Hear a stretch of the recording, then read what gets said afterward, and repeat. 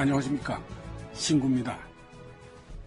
1981년으로 해가 넘어가면서 국내 정치 상황은 급변합니다. 1월 달에 계엄령이 해제됐거든요. 15개월 만이었습니다. 그런가 하면 김대중 씨가 가명이 됐습니다. 이른바 해빙 정국입니다. 당연히 한국을 바라보는 해외 시각은 환영일색입니다. 이제 미국 방문 문제에 걸림돌이 완전히 없어졌습니다. 전두환 대통령은 바로 그걸 노렸겠죠. 미 관리들뿐 아니라 미 의회의 진보파 의원들조차 최근 일련의 화해 조치에 환영의 뜻을 표했다. 그동안 김대중 재판 등에 비상한 관심을 쏟았던 에드워드 상원 의원도 23일 이혼 발표의 상심 속에서도 비서관을 시켜 한국 특파원에게 김대중 감형을 환영하며 참 그 오지랖도 넓다. 에? 에드워드 케네디는 제 앞가림이나 그 잘하지. 이혼까지 한 마당에 남의 나라 재판 결과에 그 신경을 그랬으나. 이 기사의 끝부분이 걸작입니다. 한 외교 분석가는 김대중 감형과 계엄령 해제 등으로 전 대통령의 방미길에 붉은 카페트가 깔린 셈이라고 말했다. 그럼 뭐야? 뭐 김대중이한테 감형을 안 해줬으면은 금정색 카페트 깔려고 그랬단 말인가? 아? 아이고 나 참. 해외 특파원들이 전한 소식들을 모아보면 해외 반응은 대충 이런 분위기입니다. 됐어 그만해. 나 참 더러워서 나지. 각하, 장거리 유도탄, 첩보 위성 핵개발까지 다 접어줬어. 국방과학연구소 문 닫기로 했어. 거기다가 그 김대중이까지 살려달라고 해서 그렇게 했어. 어? 그 아무리 미국이지만 나한테선 너무 뜯어가는 거 아니야? 요구를 거부하기에는 현실적으로 불가능했지 않습니까? 이번 기회에 대한민국 정부로 공식 인정받는다는 걸로 위안을 삼으시죠.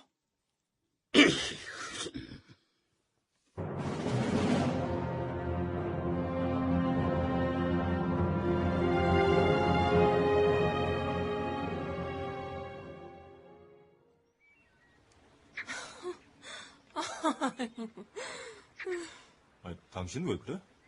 아유, 나 참. 이순자 같은 애가 국무가 되고 웃긴다 웃겨. 이 사람이 지금 큰일 날 소리 하고 있어. 명동에서 미용실이나 하면서 나한테 돈 빌려달라고 하고 강남 개발 때는 내 차나 얻어 타고 따라다니더니 영부인?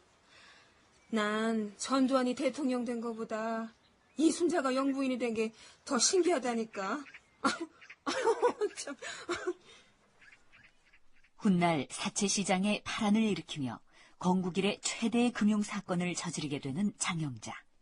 그는 중앙정보부 차장 출신 이철이와 동거 중이었다.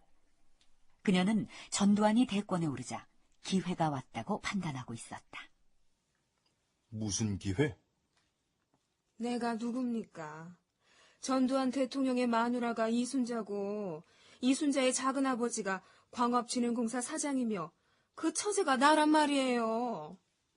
아니, 그래서? 뭐가 그래서예요. 그냥 그렇다는 거지. 아서요. 큰일 내지 말고.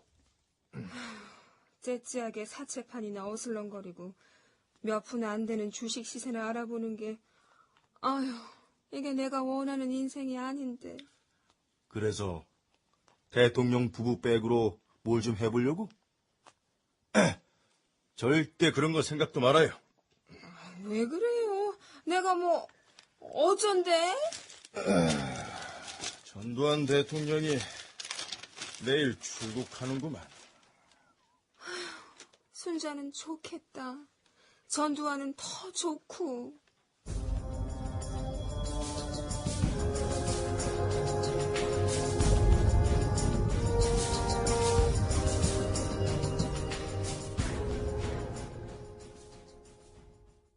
본인의 근본 미국 방문은 두 나라의 전통적인 우호 협력 관계를 재확인하는 한편 새 시대를 향한 양국 국민의 힘찬 전진을 서로 고무하는 기회가 될 것으로 믿어 의심치 않습니다. 국민 여러분, 격동이 예상되는 80년대의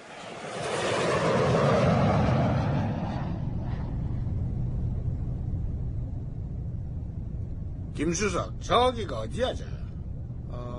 일본 규슈 북서부입니다. 아하, 저쪽부터 일본이란 말이지?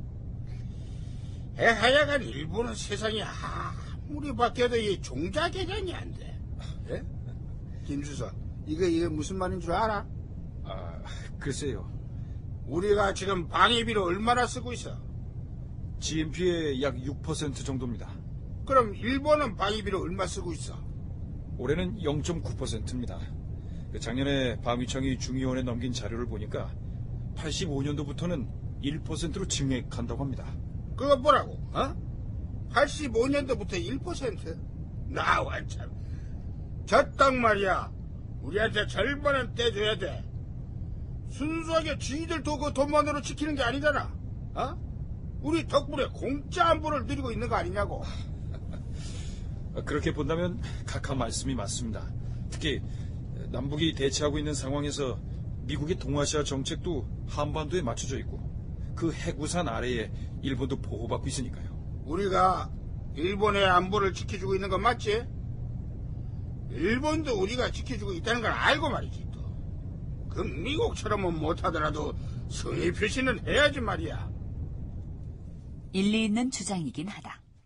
특히 바로 전해에는 카터 대통령의 결정으로 미군 철수가 있었고 방위비 부담에 대한 압력이 거세지던 시기였다. 이게 바로 80년대 초반의 쟁점 가운데 하나가 됐던 한일 병협 차관이었다. 쟁점이 된 이유는 간단했다.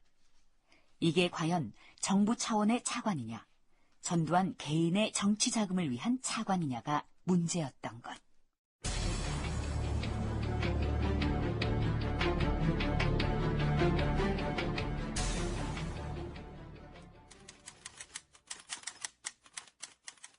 주한미군 불철수 공식 확인, 경제 돌파구의 새 전기 마련, 굳건한 혈맹 경협으로 호해와 동반의 궤도 진입, 환태평양의 두 주역, 맹우의 손은 뜨거웠다.